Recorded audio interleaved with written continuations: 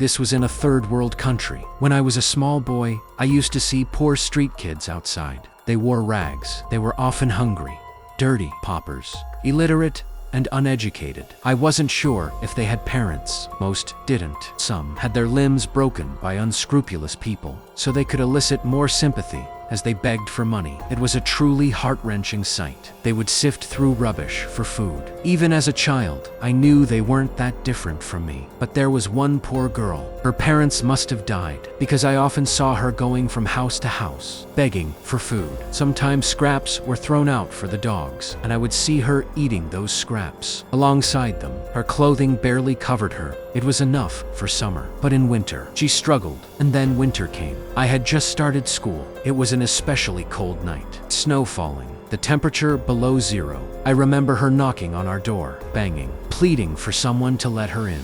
My mother answered. She scolded the girl, told her to go away. The door slammed shut. She stayed outside, knocking, begging for respite from the bitter wind. No one helped. The night passed. The next morning, I dressed for school. Snow covered everything, white and glistening in the sun. Near the doorstep, I saw a strange lump of snow, like rocks left overnight. Curious, I brushed it away and recoiled in horror. It was the poor child, frozen solid. She had died outside our very doorstep. I was shocked, my heart filled with guilt and pity. Why didn't my mother let her in? Why didn't I? Surely, if I had asked, she would have taken care of that poor orphaned child. I hope she has gone to a better place, away from cruel and unsympathetic people like me. She has been etched in my memory ever since. A truly heartbreaking moment. The guilt never goes away. She was my age, perhaps 4 or 5. Rest in peace.